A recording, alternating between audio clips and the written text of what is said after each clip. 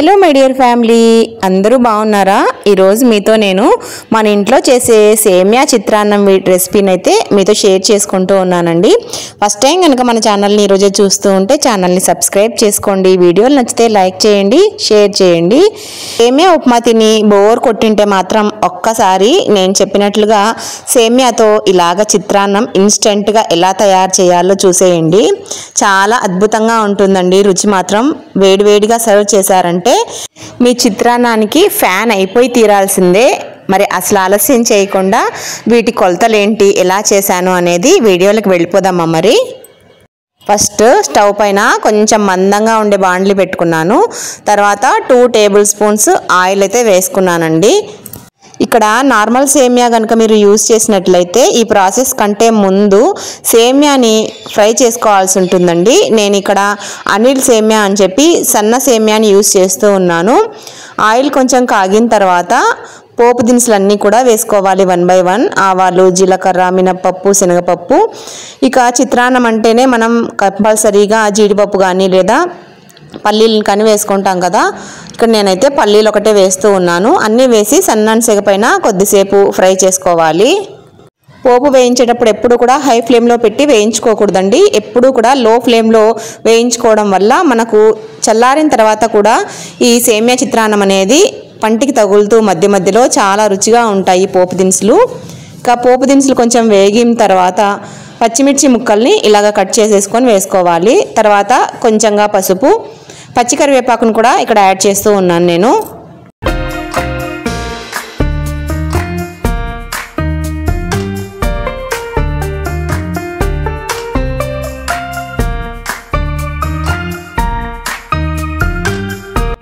నేను తీసుకున్న Anil సేమియాకి 1 glass సేమియాకి 1.5 glass వరకు నీళ్ళని అయితే పోస్తానండి. మీరు మాత్రం మీరు సేమియాని బట్టి, అంటే మీరు ఏ రకం సేమియా యూజ్ చేస్తారో దాన్ని బట్టి కొలతనైతే చేంజ్ చేసుకోవాల్సి ఉంటుంది. ఒక్కోసారి నేను బాంబినో వర్మిసెల్లి ఇలాగా వేరే వర్మిసెల్లి వాడినప్పుడు వాటికి ఒక సేమియాకి 1 నీళ్ళని మాత్రమే వాడతాను. ఈ సన్న సేమియాలకి మాత్రమే ఇలాగైతే వాడతాను.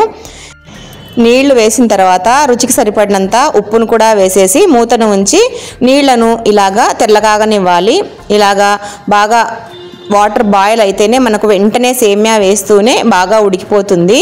ఇక్కడ చూస్తున్నారు కదా, సేమియా మీకు దగ్గర నుంచి చూపిస్తూ ఉన్నాను చూడండి. అనిల్ సేమియా అని చెప్పి నేను ఈ మధ్యలో ఫ్లిప్కార్ట్లో తెప్పించాను.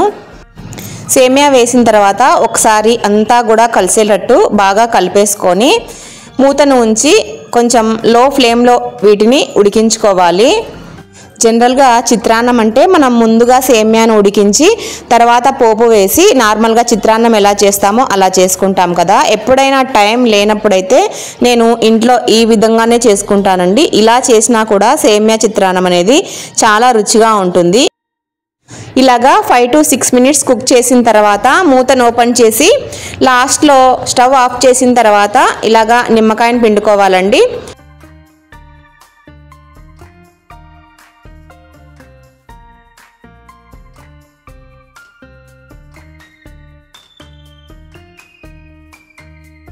నిమ్మకాయ పిండిన తర్వాత ఒకసారి నిమ్మరసము చిత్రాన్నానికి అంతా పట్టే విధంగా ఒకసారి అంతా కూడా కలిపేసుకొని మూతను ఉంచి 2 మినిట్స్ అలా వదిలేసేయాలి. ఈ నిమ్మరసం అంతా కూడా సేమియాకి బాగా పడుతుంది. 2 మినిట్స్ తర్వాత మూతను తీసి ఒకసారి కలిపేసుకొని వేడివేడిగా సర్వ్ చేసుకున్నామంటే సేమియా చిత్రాన్నం సూపర్ టేస్టీగా ఉంటుందండి. నా మాట విని ఒక్కసారి ఈ విధంగా సేమియా చిత్రాన్నాన్ని ఈజీ పద్ధతిలో ట్రై చేసి మీకు ఎలా కుదిరింది అనేది రెసిపీ కమెంట్ చేసి నాతో అయితే షేర్ చేసుకోండి. మరో మంచి వీడియోతో మళ్ళీ మీ ముందుంటాను. అంతవరకు సెలవు.